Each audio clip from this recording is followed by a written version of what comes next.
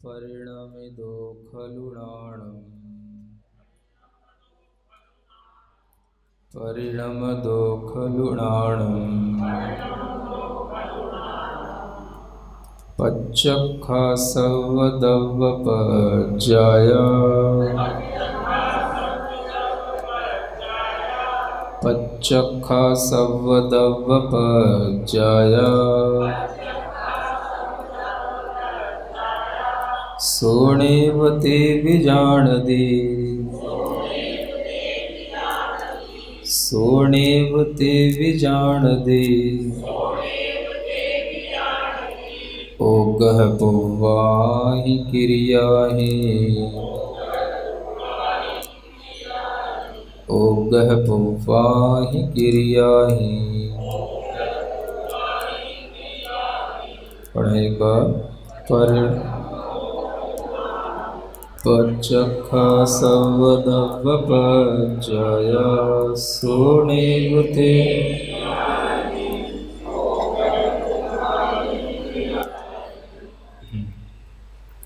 अब यहाँ कहते हैं कि जो स्वयंभू भगवान को अतीन्द्रिय ज्ञान में परिणमन हुआ है, जो पिछली गाथाओं में बताया, ऐसे वह अतीन्द्रिय ज्ञान से परिणमन करने के साथ साथ युगपत सभी पदार्थों को साक्षात देखने लग जाते हैं और जानने लग जाते हैं।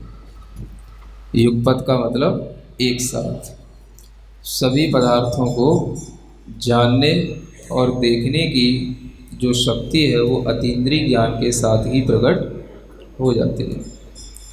वही यहाँ बताया जाता है परिणमदो खलु नाणम्, कि वह स्वयंभू भगवान परिणमन कर गए हैं। नाणम माने ज्ञान रूप से।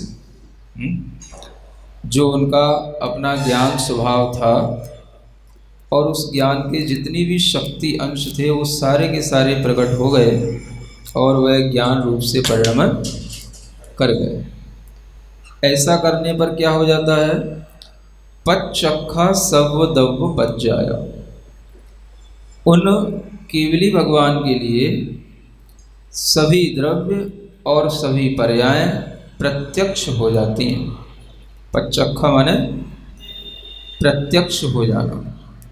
प्रत्यक्ष का मतलब जैसे आप लोग कहते हैं कि हमें प्रत्यक्ष सब कुछ दिखाई दे रहा है, लेकिन वह दिखाई देना भी प्रत्यक्ष होते हुए भी प्रत्यक्ष ज्ञान नहीं होता है। क्या कहा? हम सब लोगों को जो देखने जानने में आ रहा है उसे हम क्या कहते हैं? हमने तो प्रत्यक्ष से देखा है, प्रत्यक्ष से जाना है, सुना है।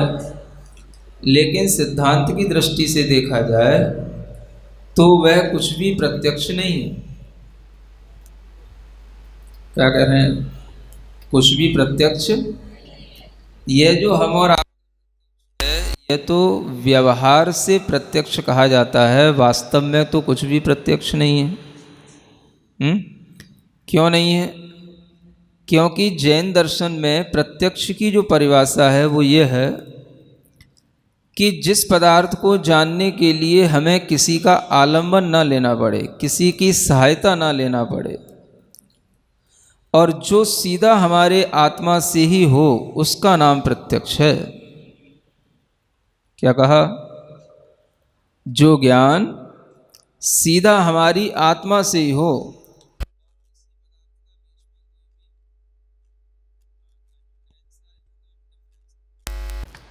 यानी किसी भी प्रकार की कोई बाधा बीच में न उत्पन्न हो, तो जो डायरेक्ट आत्मा से ज्ञान होगा वही ज्ञान प्रत्यक्ष ज्ञान कहलाता है। इसलिए जो हम और आप देखते हैं, जानते हैं, यह सब ज्ञान कैसा है? कैसा हो गया? हाँ, कहने में उल्टा लगता है, लेकिन सिद्धांत की तरह सिद्धांत से हम और आप जिस ज्ञान से काम ले रहे हैं वो सारा का सारा ज्ञान कैसा है? परोक्ष है, क्योंकि वह इंद्रियों के अधीन है। आँखें काम न करें, हम भीतर से देखने की इच्छा भी करें तो देख नहीं सकते। कान काम करना बंद कर दें, हम भीतर से सुनने की इच्छा भी करें तो सुन नहीं सकते। तो ये सब इंद्रियों पर डिपेंड ज्ञान है। हम चाहते हुए भी कभी अगर हमारी इंद्रियां गड़बड़ हो जाएं तो हम चाहते हुए भी ना देख सकते हैं ना सुन सकते हैं। और मान लो चलो ठीक है, आपकी इंद्रियां सही काम कर रही हैं तो भी कितने तरह की डिपेंडेंसी होती है। अभी देखो थोड़े से बादल होने वाले हैं और थोड़ा सा गहरे हो जाएं, हाँ, और गहरे हो जाएं थोड़ा सा, बिल्कुल थोड़ा काला सा हो जाता, फिर देखो आपको, फिर करोगे महाराज इधर देखें उधर देखें, ये लाइट खोलो वो लाइट खोलो। हाँ? देखना तो हमें चाहिए था, हमारी आंखें खुली हैं, लेकिन हमारी आंखें खुली होते हुए भी जब तक प्रकाश नहीं होगा तब तक हम देख नहीं सकते। हाँ, तो हम कितनी चीज़ों पे डिपेंड हो गए, लाइट पे डिपेंड हैं, अपनी सेंसेस पर डिपेंड हैं। हाँ, जो सामने हमारे ऑब्जेक्ट है वो भी होना चाहिए अपने सामने। हाँ, अगर मान लो हम आपको पढ़ा रहे हैं गाथा नंबर 22, आप किताब तो खोले हो लेकिन दूसरा पन्ना खोल लिया आपने। क्या समझ आया?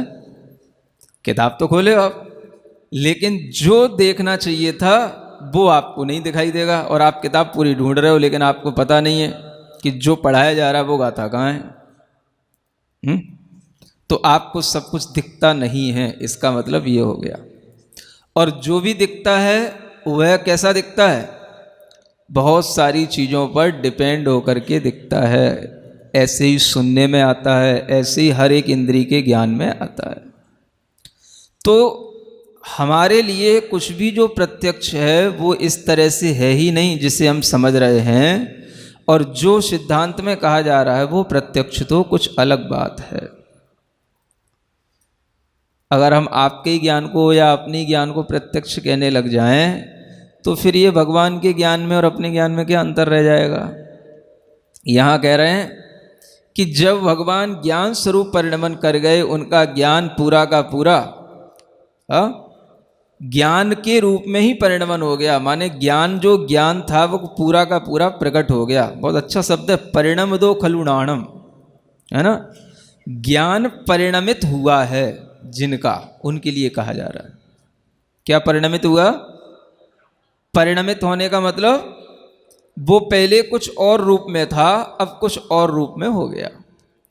पहले ज्ञान इंद्रिय ज्ञान था, अब ज्ञान अतीन्द्रिय ज्ञान हो गया। इंद्रिय ज्ञान अतीन्द्रिय ज्ञान के रूप में परिणमन कर गया, माने बिल्कुल डाइवर्ट हो गया, चेंजेज उसमें आ गए। और वह इंद्रिय ज्ञान जब इस तरीके से अतीन्द्रिय ज्ञान के रूप में परिणमन कर गया, तभी उन्हें सभी द्रव्य और सभी पर्यायें प्रत्यक्ष हो गईं। प्रत्यक्ष होने का मतलब क्या हो गया? उन्हें इंद्रियों के बिना, मन के बिना, अपनी ही आत्मा में सब कुछ अपने ही आत्मा के ज्ञान से जानना और दिखना होने लगा।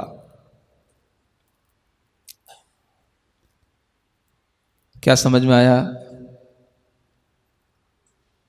इंद्रियों के बिना भी कुछ जाना जा सकता है, देखा जा सकता है। आत्मा का श्रद्धान भी अगर नहीं होता है तो भी इतना श्रद्धान तो हो सकता है कि इंद्रियों के बिना भी कुछ जाना जा सकता है, देखा जा सकता है। और जब ये होने लगेगा तो अपने आप समझ में आने लगेगा कि फिर वो जानने वाला और देखने वाला कौन होगा जो इंद्रियों के बिना जानेगा और देखेगा। तो आपके अंदर अपने आप उस अदृश्य शक्ति पर श्रद्धान हो जाएगा। उसी को चेतना, आत्मा, सब उसी को कहा जाता है। उस आत्मा का इस तरीके से प्रत्यक्ष हो जाना, माने वो आत्मा किसी के लिए प्रत्यक्ष नहीं हुई, लेकिन आत्मा में सब प्रत्यक्ष हो रहा है। देखो बड़ी रहस्य की बातें हैं, बातें बढ़ती ही चली जा रही हैं, भगवान तक पहुंचती चली जा रही हैं, लेकिन आप कहोगे महाराज दिख तो कुछ नहीं रहा, सब कुछ दिख नहीं सकता है। लेकिन इतना जरूर है कि अगर आपके पास में अच्छी बुद्धि होगी, बहुत कहना चाहिए तार्किक बुद्धि भी होगी, तो आप अपने अनुभव से, अपने अनुमान से, तर्क के माध्यम से भी इस चीज को समझ सकते हैं कि नहीं, इसमें कोई बाधा नहीं है। क्योंकि जब हमारी इंद्रियां काम नहीं करती हैं तब भी हम भीतर सोचते तो हैं, हमारी इंद्रियां काम नहीं कर रही हैं, हमारे पास ज्ञान तो होता है लेकिन वह ज्ञान बाहरी साधन में कमी आने के कारण से कुछ काम नहीं कर पाता है। तब पता पड़ता है कि हाँ, भीतर भी कुछ ज्ञान है। और वो ज्ञान कहाँ है? तो ज़्यादातर लोग क्या समझते हैं जानते हो? ज़्यादातर लोग, दुनिया के अधिकतर लोग जो आत्मा को नहीं मानते या नहीं जानते, वो समझते हैं ये सिर्फ माइंड का फंक्शन है। वो क्या मानते हैं? हाँ, ओनली द माइंड, बस। और उसी माइंड के अलग अलग तरीके के डिवीजन करते रहते हैं, एक कॉन्शियस माइंड, एक अनकॉन्शियस माइंड, एक सब कॉन्शियस माइंड। समझ में आ रहा? उनकी गति माइंड के अलावा कहीं और जाती नहीं है। वो और माइंड के अलावा कुछ चीज़ को एक्सेप्ट कर ही नहीं पाते हैं। उनके अंदर आत्मा की जैसी कोई श्रद्धा वाली बात होती ही नहीं है, क्योंकि उन्हें दिमाग के अलावा और कुछ समझ में नहीं आता। हमें अगर नहीं दिख रहा है कोई बात नहीं, क्योंकि हमारा माइंड तो भीतर काम कर रहा है, वो यूँ कहेंगे। तो माइंड अलग चीज़ है और जो सोल आत्मा है वो अलग चीज़ है। ज्ञान माइंड में नहीं रहता है, ज्ञान सोल आत्मा में रहता है। आत्मा का खजाना, आत्मा का भंडार जो है वो ज्ञान है। और उस ज्ञान में जब इंद्रिय ज्ञान से अतीन्द्रिय ज्ञान रूप परिणमन हो जाता है, तब उसके अंदर सब कुछ प्रत्यक्ष हो जाता है, लेकिन वो किसी को प्रत्यक्ष नहीं होगा। क्या सुन रहे हो? आप क्या सोचोगे जब हमें न अभी कुछ दिख रहा है और न आगे कुछ दिखेगा, तो हम कैसे विश्वास कर लें कुछ भी? आपको तो अभी नहीं दिख रहा है कोई बात नहीं, लेकिन आपको आगे सब कुछ दिखने लगेगा अगर विश्वास करके चलोगे, लेकिन आपको कोई नहीं देख पाएगा। समझ आया? अरे केवली भगवान की बातें छोड़ो, सामान्य मनुष्य के लिए मनुष्य के हिसाब से बताया जा रहा है।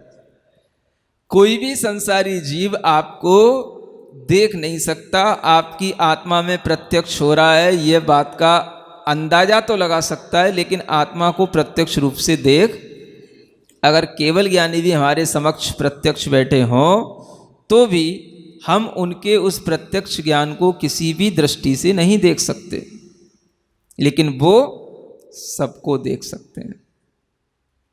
तो आखिर अपने को क्या चाहिए? यही तो चाहिए, कोई हमें देखे या ना देखे कोई बात नहीं, हम अंधेरों में उजालों के साथ बैठे हैं। उजाला कहाँ है? उजाला तो अपने अंदर है। बाहर अंधेरा पड़ा रहे तो कोई बात नहीं, बाहर अंधेरा पड़ा रहे कोई बात नहीं। अंधेरे में भी मान लो आपको बिल्कुल सही दिख रहा हो, आपको अंधेरे से क्या दिक्कत होगी? कुछ नहीं। इसी तरीके से केवल ज्ञानी को सब कुछ प्रत्यक्ष हो जाता है, लेकिन संसारी जीव उन्हें नहीं देख सकता। दूसरे केवल ज्ञानी तो उन्हें देखेंगे, लेकिन संसारी प्राणी उन्हें नहीं देख सकता।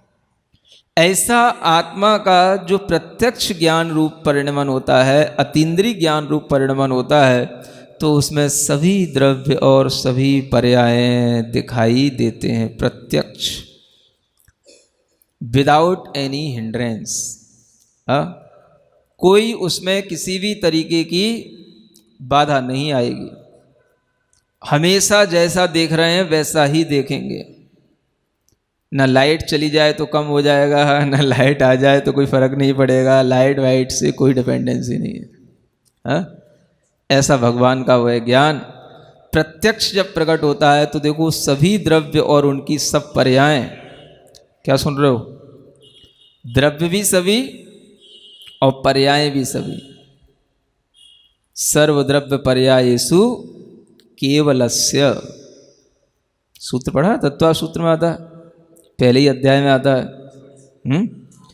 केवल ज्ञानी किसको जानते हैं, उनका विषय क्या है, सर्वद्रव्य पर्यायेषु, सभी द्रव्यों में और उन द्रव्यों की सभी पर्याय माने जितनी भी परिणतियां हैं उस द्रव्य की, वो सारी की सारी उनके ज्ञान में प्रत्यक्ष होती हैं। अब आपका दिमाग घूमेगा, जो अनंत काल में पहले हो चुका है वो भी उनके लिए प्रत्यक्ष है, और आगे जो भी होगा वह भी उनके लिए प्रत्यक्ष है, क्योंकि द्रव्य की कोई भी पर्याय उनसे छूटने वाली नहीं है। और वे हर एक पदार्थ की, हर एक द्रव्य की सभी पर्यायों को एक साथ जान रहे हैं। इसलिए आगे कहा जा रहा है, सोनेव ते विजानदि ओगह पुब्वाई क्रियाई।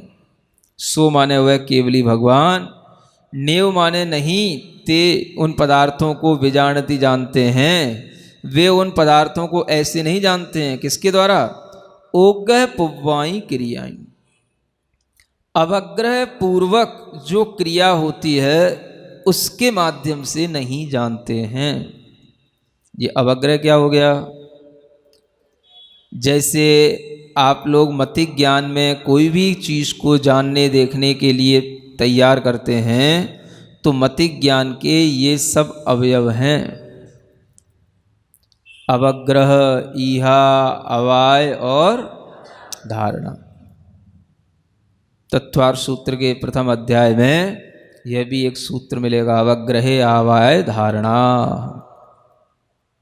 क्या हुआ, हम जब किसी चीज को जानते हैं तो क्रम क्रम से ही जानते हैं, एक साथ नहीं जान पाते हैं।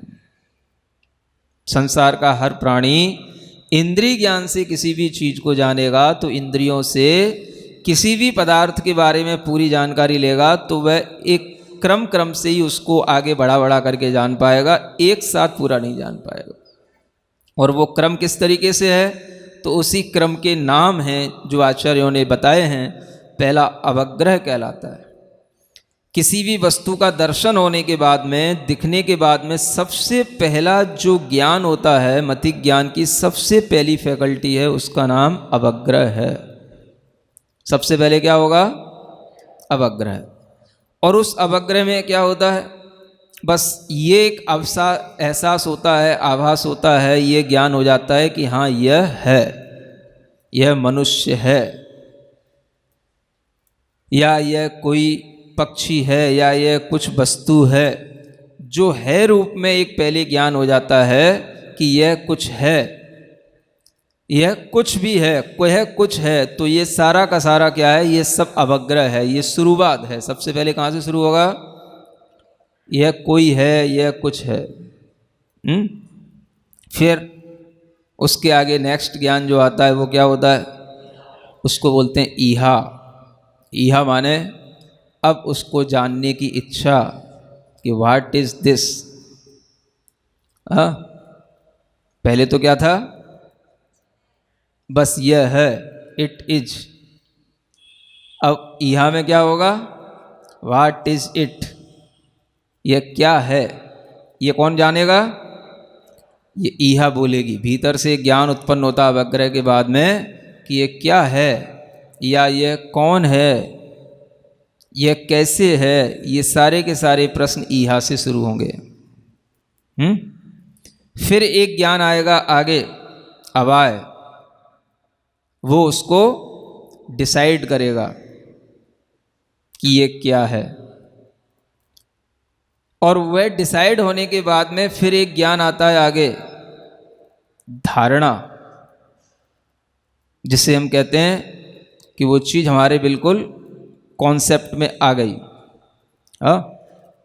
उस धारणा में जिसको कि वह जो उसने अपने अंदर निश्चित कर लिया है कि यह है, उसको जितने समय तक नहीं भूलेगा वह उसका धारणा ज्ञान होगा। ये सब ज्ञान क्रम क्रम से होते हैं। कोई एक नया व्यक्ति आया, सभा में आते ही आपके दिमाग में सबसे पहले आएगा कि यह व्यक्ति, फिर एकदम से आएगा दिल्ली का तो नहीं लग रहा, रोहिणी का तो लगता ही नहीं, कहाँ का है। मान लो उसने कुछ, उसका आपने रूप देखा, कुछ ऐसा लगा कि भाई दक्षिण भारत का है या उसने कुछ बोला तो अपने आप समझ में आया भाई ये महाराष्ट्रियन बोल रहा है कि कन्नड़ी बोल रहा है, हाँ, तो फिर आपने सोचा हाँ ये कहीं दक्षिण भारत का लग रहा है, ये अपने यहाँ इधर का नहीं है। तो ये क्या हो गया, अभी कहाँ धारणा हो गई। अवग्रह में तो ये हुआ कि ये कुछ है, कोई है। ईहा में ये भी हो सकता है, ये भी हो सकता है, या ये क्या है, ये जो ज्ञान चल रहा है जो डिसाइड होने से पहले का, वो सब क्या है, ईहा। और फिर ये डिसाइड हो गया कि हाँ ये व्यक्ति की बोली से पक्का है कि ये दक्षिण भारत का है। ये हो गई अवाय। अब आप उस व्यक्ति को देख लिए और उसको डिसाइड कर लिए कि हाँ ये दक्षिण भारत का है। अब नेक्स्ट टाइम वो जब कभी आपके लिए महीने 2 महीने में या 2-4 दिन में फिर कभी आपको मिलता है तो आपके लिए सब याद आ जाता है। इसको बोलते हैं धारणा। वो आपकी धारणा में बैठ गया कि हाँ यह वही व्यक्ति है जो 4 दिन पहले या 1 महीने पहले मिला था। ये क्या हो गया, धारणा। और ये सब सक्सेसिव होते हैं, एक एक करके होते हैं, एक साथ नहीं होते हैं। हाँ, मतलब अवग्रह, ईहा, अवाय, धारणा ये सब हो जाते हैं, लेकिन हमको पता नहीं पड़ते। हमें ऐसा लगता है कि हमने तो बस तुरंत ही सब कुछ कर लिया, लेकिन सब में एक एक अंतर्मुहूर्त का काल निकल गया।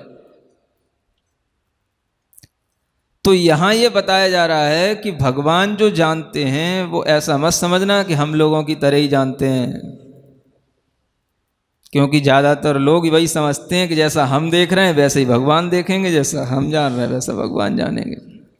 हाँ, स्वयंभू होने के बाद, केवली होने के बाद में वह अवग्रह, ईहा आदि इन क्रियाओं के बिना, ये क्रम क्रम से होने वाले ज्ञान के बिना, अक्रम से युगपत एक साथ साइमल्टेनियसली, हाँ इसको बोलते हैं, एक साथ जानते हैं। क्या बोले,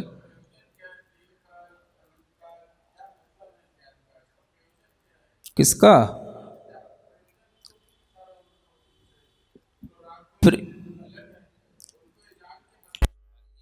उनको ज्ञान का प्रयोजन ये है कि उनका ज्ञान पूर्ण हो गया। और जब ज्ञान पूर्ण हो गया तो उन्हें उस ज्ञान के साथ में पूर्ण सुख की प्राप्ति हो गई।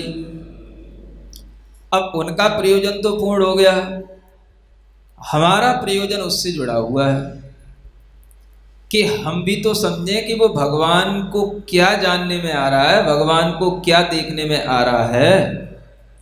उनका कोई प्रयोजन नहीं है, उनके प्रयोजन तो सब पूर्ण हो गए। आप कह रहे हो भगवान को क्या प्रयोजन है या भगवान का क्या प्रयोजन है, भगवान के प्रयोजन तो सब पूर्ण हो गए, कृतकृत्य हो गए। हाँ, वो तो बिल्कुल जो है संपूर्णता में ढल गए। ज्ञान पूर्ण हो गया, ज्ञान के साथ सुख पूर्ण हो गया, इच्छा का वहाँ पर अभाव हो गया, उनके लिए कोई प्रयोजन अब बचा ही नहीं है। लेकिन वस्तु स्थिति तो जाननी पड़ेगी कि आखिर ज्ञान का परिणमन यहाँ से वहाँ इस रूप में हो गया, इंद्री से अतीन्द्रिय रूप में हो गया, तो क्या डिफरेंट हो गया वो हमें तो जानना है ना। और हमें ही नहीं जानना, सबको जानना है। अब आप कहोगे इससे क्या प्रयोजन होगा, ये भी पूछ सकते हो है? इसका प्रयोजन भी होगा। इसका प्रयोजन क्या होगा कि हमें केवल ज्ञान होता है और केवल ज्ञान का नेचर यह होता है, इस बात का हमारे अंदर जो दृढ़ श्रद्धान बैठेगा तो हम समझेंगे कि ज्ञान ऐसा भी होता है। ये हमारा प्रयोजन। केवल ज्ञान को यथार्थ रूप से समझना केवल ज्ञानी होए बिना नहीं समझा जा सकता है, लेकिन फिर भी हम अपने मति ज्ञान से, श्रुत ज्ञान से जितना समझ सकते हैं उतना हम केवल ज्ञान के बारे में जाने तो कि क्या डिफरेंस है जो हम जान रहे हैं उसमें और जो भगवान जान रहे हैं उसमें। संसार असार और सार से रहित है, ना असार है ना सार है। संसार तो संसार है ना। असार तो उसके लिए होता है जिसको सार दिख रहा हो, और जिसको सार भी नहीं दिख रहा है तो उसके लिए ना सार है ना असार है, वो जैसा है वैसा है ना।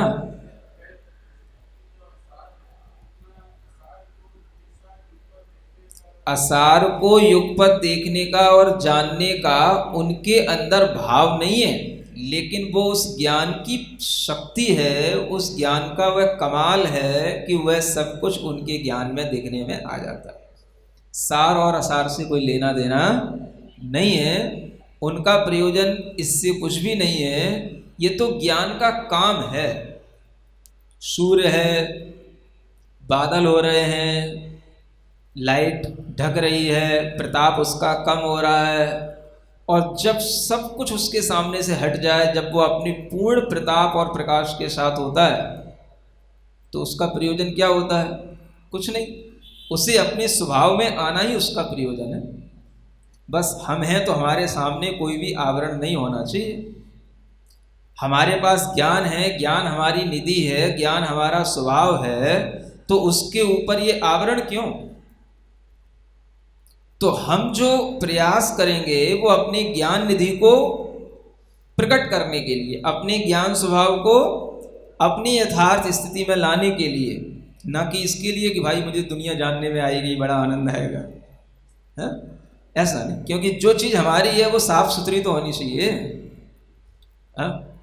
तो वही ज्ञान को शुद्ध बनाने के लिए हर व्यक्ति के अंदर भावना कब आएगी? जब वो ये देखता है कि ऐसा ज्ञान होता है और वास्तव में अभी ऐसा है, इतना बड़ा डिफरेंस है, तो उसकी समझ में आता है कि वास्तव में ये जो ज्ञान है ये कुछ भी नहीं है, ये सब जो है केवल इंद्रिय ज्ञान मोह उत्पन्न करने वाला है। और जब ये मोह से रहित होकर के अतीन्द्रिय ज्ञान की ओर ढलता है तो उसके केवल ज्ञान में सब कुछ अपने आप पदार्थ दिखते हैं, माने यथार्थ जगत उसके सामने आ जाता है, चाहे वो सारभूत हो चाहे असारभूत हो, उससे कोई लेना देना नहीं।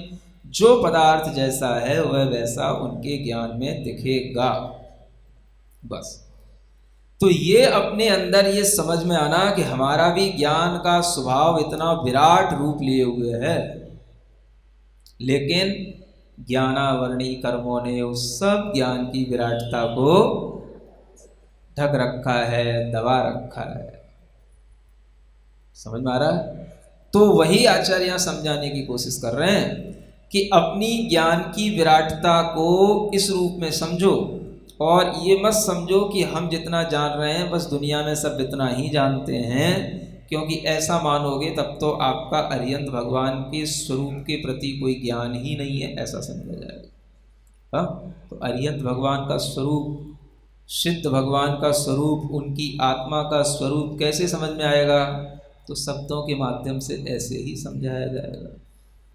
हम जैसे अवग्रह आदि ज्ञान करते हैं ऐसे वो नहीं करते, हम जैसे पराधीन होकर के पदार्थ को जानते वैसे वो नहीं जानते, और इस तरह से वो अक्रम से युगपत एक साथ बिना किसी की सहायता के जो डायरेक्ट अपनी आत्मा से हर समय पदार्थों को जानते हैं, यही कहलाती है प्रत्यक्ष ज्ञान की विशेषता।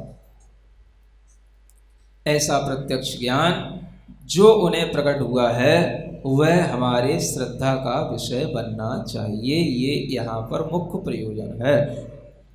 हमारी श्रद्धा का विषय तो बने, उनके लिए कोई प्रयोजन नहीं। प्रयोजन किसके लिए? हमारे लिए। लेकिन हम ऐसी श्रद्धा में कहाँ ला पाते हैं? हम तो साइंस से बढ़कर के कोई चीज़ मानते ही नहीं। हाँ, जो रडारों में और सैटेलाइट में दिखता है वो तो महाराज दुनिया में कोई नहीं देख सकता है। समझ में आ रहा है? उससे बढ़कर के तो हम कुछ जानते ही नहीं, मानते ही नहीं। तो ये श्रद्धा हमारी बदलनी चाहिए कि हमारा ही ज्ञान इतना विशाल है कि उसके लिए किसी रडार और सैटेलाइट की भी कोई ज़रूरत नहीं पड़ती है, और वह ज्ञान अपने आप में इतना पूर्णता के साथ, प्रकाश के साथ प्रकट होता है कि वह तो दुनिया को देखता है, लेकिन दुनिया में कोई भी संसारी प्राणी उसको नहीं देख सकता। ये जब ज्ञान की विशेषताएं आती हैं तभी तो हमारा इंटरेस्ट उधर होगा, किधर? अरिहंत बनने के लिए, सिद्ध भगने के लिए, अपने ज्ञान को अतीन्द्रिय बनाने के लिए और ज्ञान की पूर्णता प्राप्त करने के लिए। हर व्यक्ति समझता है हर व्यक्ति तड़पता है, कंप्लीट नॉलेज चाहिए, कंप्लीट। हाँ हाँ, बिल्कुल कंप्लीट एब्सोल्यूट नॉलेज चाहिए अपने को। हाँ, ऐसी कॉम्परेटिव नहीं, कंप्लीट नॉलेज चाहिए।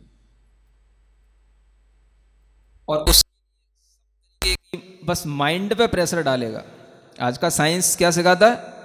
बस ये दवाई खाओ, ये एक्सरसाइज करो, ये इंजेक्शन लगाओ, बस दिमाग की ये फंक्शन, ये खोलो, ये एंजाइम, ये वो, बस इसी पे दिमाग पे ही बस घूमता रहेगा उसका दिमाग, बस दिमाग के अलावा कुछ जानता ही नहीं। तो हमें भी तो अपनी साइंस बतानी पड़ेगी भाई कि दिमाग के अलावा भी कुछ है। हम कहेंगे आवरणीय कर्म जब तक नहीं हटेंगे तब तक कोई ज्ञान भीतर से आएगा नहीं, और वो कहेगा जब तक दिमाग में ये फंक्शन नहीं चलेगा तब तक दिमाग में दिखेगा नहीं। साइंस भी मानता है। हाँ, पास्ट का भी हम जान सकते हैं, फ्यूचर का भी हम जान सकते हैं, जब हमारी दिमाग का ये हिस्सा मतलब एक्टिव हो जाए, ये हो जाए, वो हो जाए, तो वो सब totally depend on the mind.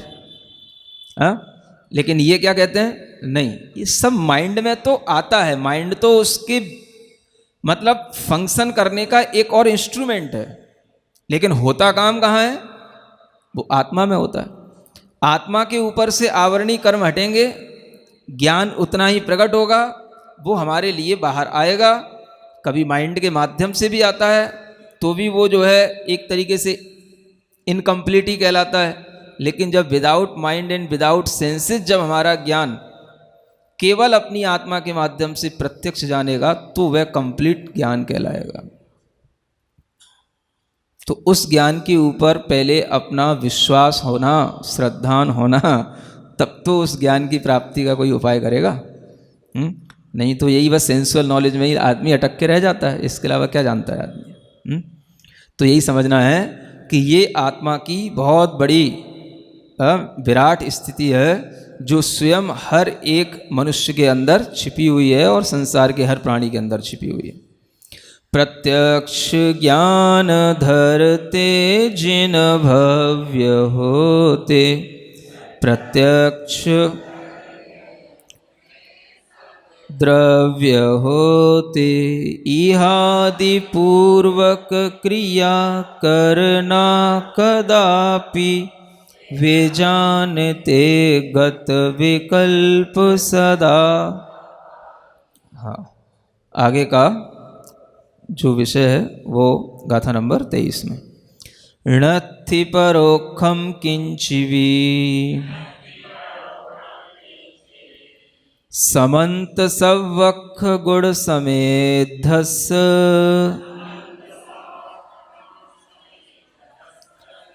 अख्खातीदस्य सदा, स्वयमेव हीणान जादस्य। पढ़ें एक बार।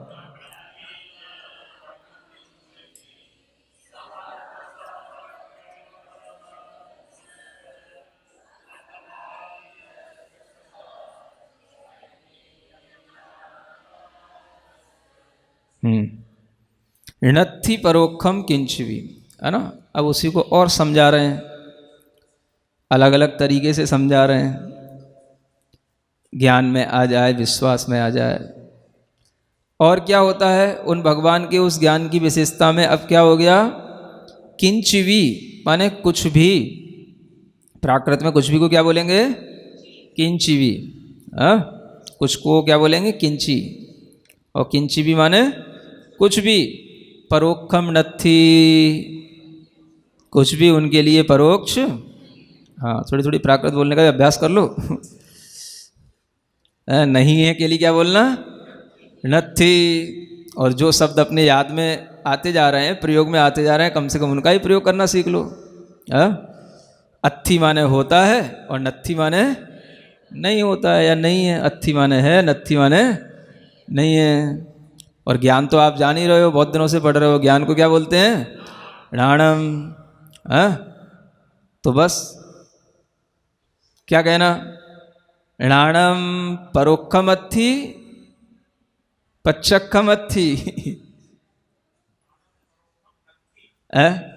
पूछा जा रहा है किम णाणम पच्छक्षमत्थि परोक्षम अत्थि। समझ में आ रहा है हमारी भाषा? क्या पूछा गया? किम माने क्या ज्ञान परोक्ष होता है या प्रत्यक्ष होता है? तो क्या बोलोगे? केवल नाणिस्नाणम, केवल ज्ञानी का ज्ञान पच्चखमत्थि अम्माणम नाणम परोक्षमत्थि। अपना ज्ञान तो परोक्ष है और केवल ज्ञानी का प्रत्यक्ष।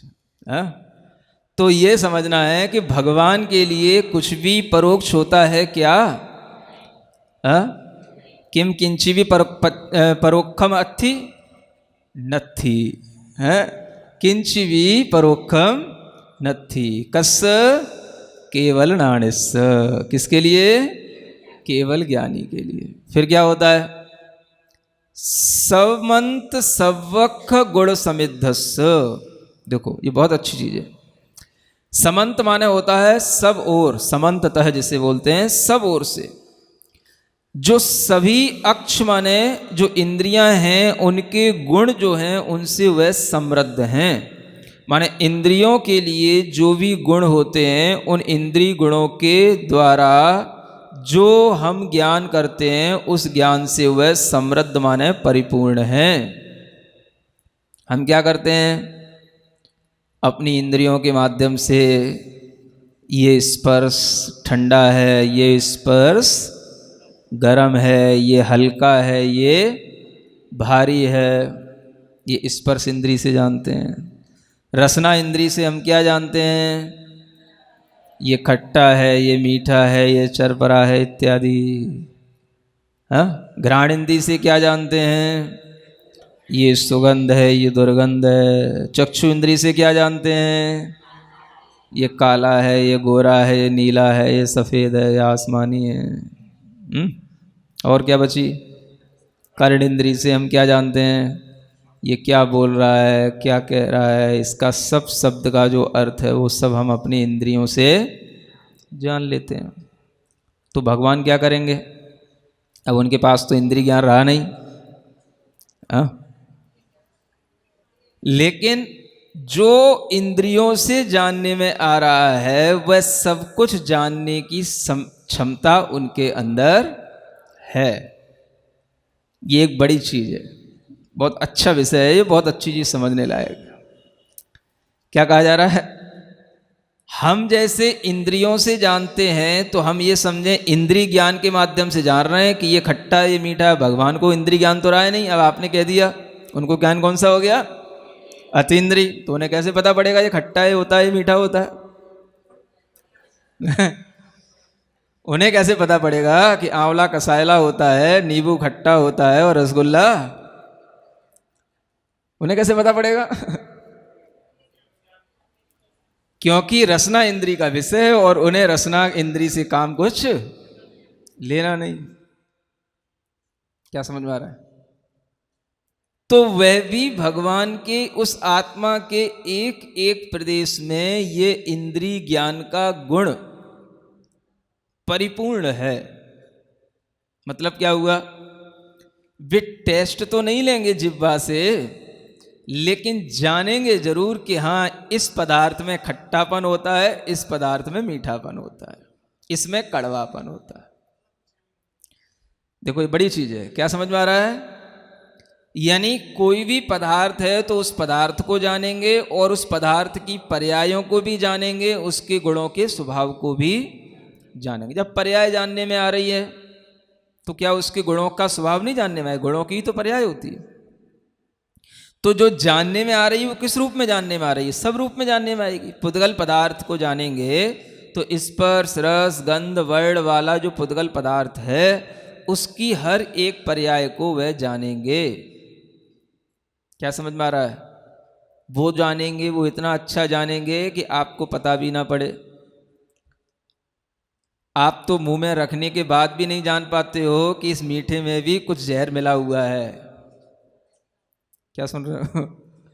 लेकिन उन्हें अपने इंद्रिय ज्ञान से सब समझ में आएगा कि इस मीठे में ये कड़वापन भी मिला हुआ है, लेकिन इसको इस कड़वेपन का आभास नहीं हो रहा है, वो तो जब पेट में जाएगा उल्टी करोगे तब पता पड़ेगा कि हाँ कुछ जहर खा लिया।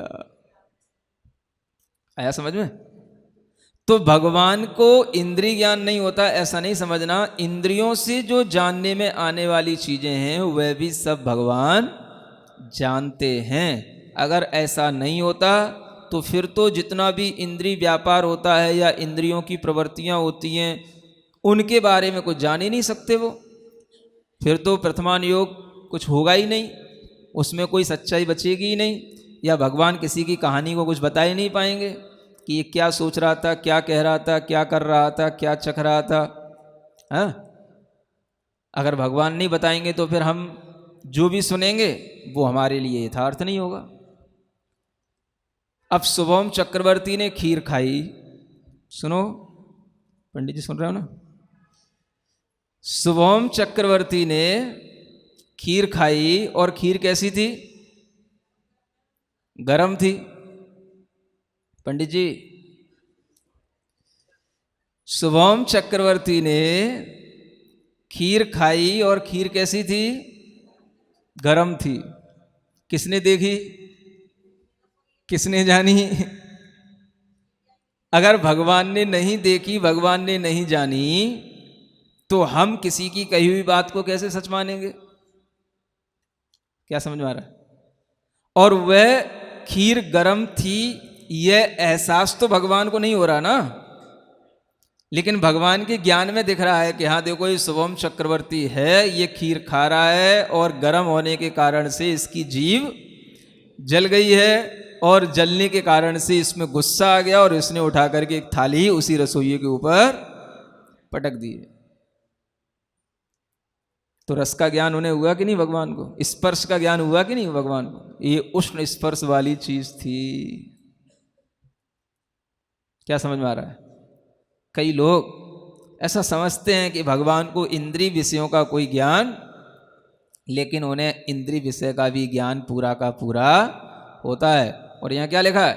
समन्ततः का मतलब होता है सब ओर से होता है, और आत्मा के जितने प्रदेश होते हैं उन एक एक प्रदेश में भगवान को पूर्ण ज्ञान के साथ में हर एक विषय का पूरा उन्हें आभास होता है। भगवान के लिए अपनी आत्मा के एक एक विषय का, एक एक प्रदेश का उन्हें ज्ञान अपने पूरे शक्ति के साथ में और पूरे के पूरे ज्ञेय को जानने के साथ में होता है। ये इस शब्द से बताया गया, समंत सब्बक गुण समिद्धस्य। आ गया समझ में? अख्खातीदस्य सदा सयमेव हीणान जादस्य। वह भगवान कैसे होते हैं? अक्षातीत होते हैं। पंडित जी देखो, एक ही आचार्य, सुनो कान खोल के क्या कह रहा हूं मैं, एक ही आचार्य है ना, अलग अलग अर्थ में एक ही शब्द का प्रयोग भी कर सकते हैं। क्या कहा?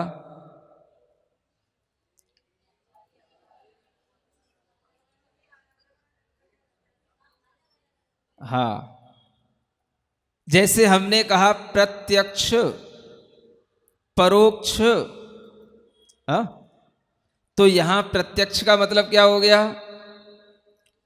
अक्ष माने यहां पर इंद्री नहीं है।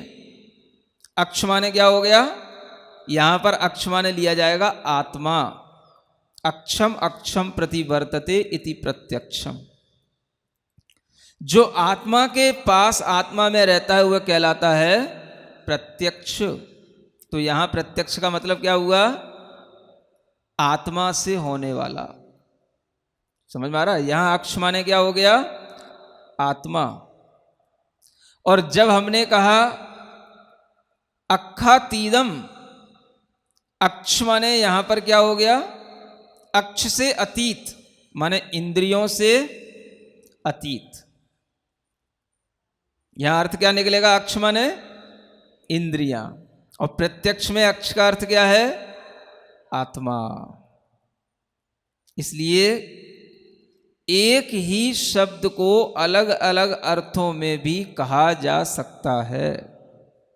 यहाँ अक्ष माने हो गया इंद्रियां, इंद्रियों से अतीत वह भगवान, सदा माने हमेशा स्वयं ही ईणान जादस्य माने ज्ञान पने से जो प्राप्त हुए हैं, अपने आप को जो ज्ञान रूप बना लिए हैं, ऐसे वह भगवान अक्षातीत होते हुए सभी प्रकार के इंद्रियों के गुणों से समृद्ध होकर के भी सब पदार्थों को जानते हैं और उनके ज्ञान से कुछ भी परोक्ष नहीं होता है।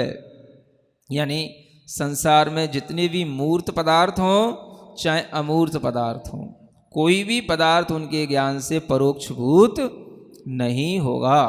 ये उनके ज्ञान की सबसे बड़ी विशेषता हो जाती है। कोई भी पदार्थ हो, सूक्ष्म हो स्थूल हो, है ना, जो देखने योग्य हो नहीं देखने योग्य हो, बस होना चाहिए। अगर कोई भी पदार्थ है किसी भी स्वभाव वाला हो तो आचार्य कहते हैं वह पदार्थ ज्ञान का विषय जरूर बनता है, वो पदार्थ ज्ञान में जरूर आएगा। ऐसा कोई भी लेंस नहीं बना आज तक जिसमें उसके सामने रखी हुई हर चीज बिल्कुल दिख जाए। स्थूल चीजें तो दिख जाएंगी, लेकिन उसके बीच में भी बहुत कुछ रहता है, वो उसमें नहीं दिखता है। हाँ, कोई भी लेंस होगा उसमें जो है सामने जो चीज आ रही है वो तो रिफ्लेक्टेड हो जाएगी, जो मूर्त रूप में है, स्थूल रूप में है, लेकिन जो सूक्ष्म रूप में है, जो दिखाई नहीं देती है, वो उस लेंस का विषय नहीं बनती। बहुत सारी वेव्स होती हैं, बहुत सारी साउंड एनर्जी होती है, मैग्नेटिक एनर्जी होती है, वो सब कुछ उस लेंस में नहीं आ सकता। लेकिन भगवान का ज्ञान लेंस कितना बड़ा हो गया है।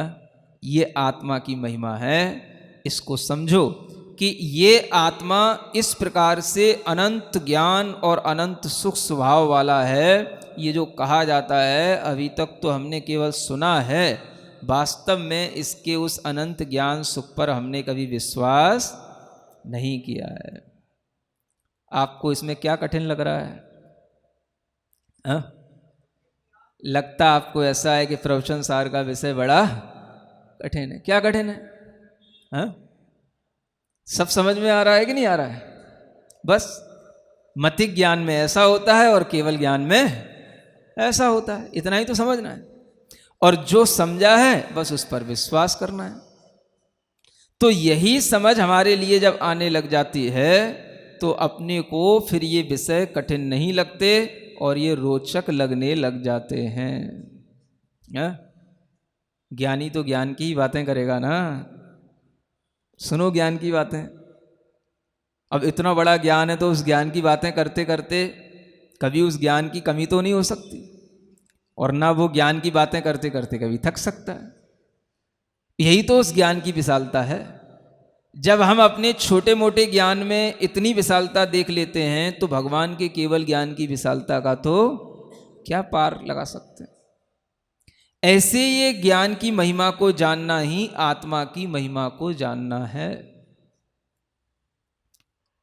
सब लोग कहते हैं कुछ आत्मा के बारे में बताओ, कुछ आत्मा के ज्ञान के बारे में सुनाओ, समझाओ, कुछ आत्म स्वभाव की हमें प्राप्ति कैसे हो इसके लिए कुछ बताओ। है? पहले समझो तो कि आत्मा है क्या, आत्मा में कितनी शक्तियां हैं, कितनी विराटता आत्मा के अंदर है, और आत्मा किस रूप में परिणमन कर सकता है।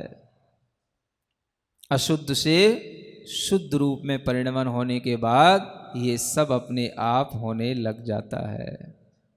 और वह शुद्ध रूप परिणमन किससे होता है? तो वह शुद्धोपयोग के भावों से, शुद्धोपयोग से ही वह आत्मा शुद्ध रूप परिणमन करके ये स्वयंभू दशा को प्राप्त कर लेता है। ये आत्मा के परिणमन की जो प्रक्रिया है, उस प्रक्रिया को पूरा जब हम जान लेते हैं तो हमें ये समझ में आ जाता है कि अशुभोपयोग हमारे लिए छोड़ देने योग्य है, शुभोपयोग हमारे लिए ग्रहण करने योग्य है, और शुद्धोपयोग हमारे लिए उस शुद्धोपयोग शुभोपयोग से भी बढ़ कर के ग्रहण करने योग्य वस्तु है। क्यों है? क्योंकि शुभोपयोग से भी हम केवल दूसरे को अनुभव में ला सकते हैं, जान सकते हैं, लेकिन अपना अनुभव, अपना ज्ञान तो शुद्धोपयोग से ही होगा। अभी शुभोपयोग में हो कि शुद्धोपयोग में हो? शुद्ध ज्ञान की बातें सुन रहे हो, शुद्ध ज्ञान की, शुद्ध आत्मा की बात सुन रहे हो, और फिर भी कह रहे हो हमारा उपयोग शुभोपयोग है? शुद्धोपयोग की बात भी सुनोगे, शुद्धोपयोग की चर्चा भी करोगे, तो भी वह अपना उपयोग क्या कहलाएगा? शुभोपयोग। क्यों है? क्योंकि हमें आपकी बातों में, आपकी शब्दों में या आपके ज्ञान में क्या हो रहा है? परिणमन हो रहा है। हमारा परिणमन पर में हो रहा है, अभी स्वयं में नहीं हो रहा है। शुद्धोपयोग किसको होगा? जो स्वयं में परिणमन करेगा। और अभी आप क्या कर रहे हो और हम क्या कर रहे हैं? ऐसा क्यों? सही सही बोलो। आप भी पर में परिणमन कर रहे हो और हम भी पर में नहीं कर रहे हैं? अरे ज्ञान का परिणमन तो पर में ही हो रहा है ना। किताब सामने है, शास्त्र सामने है, शास्त्र के ही अर्थों को जानना, शास्त्र के ही अर्थों को बोलना, ये पर का परिणमन नहीं है ना? और ये भी सब पर का साथ परिणमन हो रहा है। आप बैठे हो, है? इसलिए इतना सुना रहा हूं, और यहां कोई भी ना हो तो अकेले बैठा बैठा सुना सकता हूं इतना सारा? तो कुछ ना कुछ तो पर का परिणमन हो रहा है ना। पर में ही परिणमन होता है। बोलना, सुनना, इंद्री के जितने भी काम होंगे सब क्या होंगे? पर परिणमन कराने वाले होंगे। देखो, सिद्धांत कभी भी किसी के साथ में पक्षपात नहीं करता है। समझ आ रहा है? आप भक्ति से कुछ भी कहो कि नहीं महाराज आप तो स्वयं परिणमन कर रहे हो, हम पर में कर रहे हैं, लेकिन सिद्धांततः कोई भी भक्ति जो है इस बात का समर्थन नहीं करेगी। मतलब सिद्धांत जो है सबके लिए एक जैसा होता है। जो इंद्री के विषयों को काम में ले रहा है या इंद्रियों को काम में ले रहा है, वो सब क्या कर रहा है? पर रूप परिणमन कर रहा है। और वो पर रूप परिणमन इतना जरूर है कि ये अशुभोपयोग नहीं है, ये क्या है? शुभोपयोग है। क्योंकि अशुभोपयोग जो होता है वो अपनी इंद्रियों के, मतलब विषय कसायों के और इंद्रिय के विषयों की केवल तुष्टि के लिए होता है। और ये किसके लिए है? ये हमें अपने आत्म स्वभाव के प्राप्ति के लिए और सम्यक ज्ञान की वृद्धि के लिए है। तो इसलिए ये क्या कहलाएगा? ये शुभोपयोग कहलाएगा। चाहे आप समयसार जी ग्रंथ की चर्चा करें, चाहे आप प्रवचन सार जी ग्रंथ की चर्चा करें, सारा का सारा उपयोग आपका क्या कहलाएगा? शुभोपयोग कहलाएगा। शुद्धोपयोग मत समझ लेना। कुछ लोग समझ लेते हैं शुद्ध की बात, शुद्ध आत्मा, अहो ऐसा केवल ज्ञानी की शुद्ध आत्मा का परिणमन, इसने कहने से वो शुद्धोपयोग नहीं होता। शुद्धोपयोग में क्या होगा? मुंह बंद होगा, इंद्रियां काम करना बंद कर देंगी और स्व आत्मा का स्वयं में ही परिणमन प्रारंभ हो जाएगा। और वह कैसे होगा? कपड़े पहने हुए कि छोड़ करके? छोड़ करके। तो घर में भी छोड़ करके कर लोगे हैं? तो कैसे होगा? संकल्प पूर्वक सब प्रकार के परिग्रह को छोड़ करके पूर्ण संयम को अपना करके वह शुद्धोपयोगी बनता है। पहले गाथा आ चुकी ना, भूल गए? पिछला भी थोड़ा थोड़ा सा रिवाइज कर लिया करो। सुविदित पदत्त सुत्तो संयम तव संजदो विगद रागो समड़ो समसु दुखो भड़दो शुद्धो वो गोती। कौन से नंबर की है?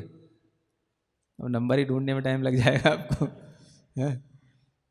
8वें नंबर की होनी चाहिए, 10वें नंबर की कम से है। तो ये शुद्धोपयोग, इसलिए आचार्य कहते हैं कि शुद्धोपयोग के माध्यम से केवल ज्ञान होता है, क्योंकि जब उपयोग शुद्ध होगा तो ही भी वह केवल ज्ञान में परिणमन करेगा। और वह शुद्धोपयोग जब केवल ज्ञान रूप हो गया तो इस तरह से अपनी आत्मा से सब पदार्थों को प्रत्यक्ष देखता है, कुछ भी उससे परोक्ष नहीं रहता है। जो भी उस आत्मा ने किया वो भी दिखेगा, वो भी दिखेगा कि नहीं, कि दूसरों का ही दिखेगा, अपना भी दिखेगा।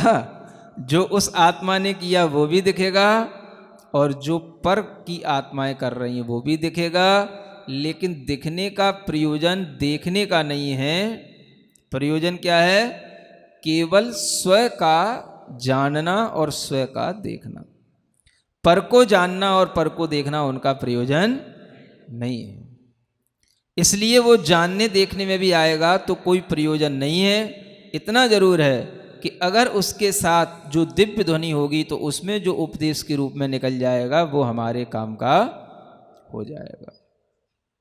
आ गया समझ में? वही चीजें हमारे लिए शास्त्र बन जाएंगी और उन्हीं को हम दूसरों को पढ़ा सकते हैं, बता सकते हैं। इसलिए यह केवल ज्ञान का प्रयोजन क्या है? अपने लिए प्रयोजन तो यह है कि हम अपने ज्ञान को केवल ज्ञान की तरह बनाने के लिए, उतना विराट बनाने के लिए निरंतर प्रयत्नशील हों, और भगवान के लिए उसका प्रयोजन सिर्फ दुनिया को जानना और देखना है, इसके अलावा कुछ भी करना नहीं है। ठीक है, इसी का पद्यानुवाद।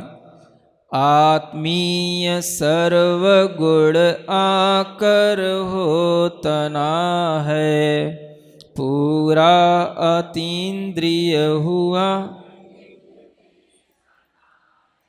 प्रत्यक्ष ज्ञान जिसमें प्रकटा सही है, होता परोक्ष कुछ भी।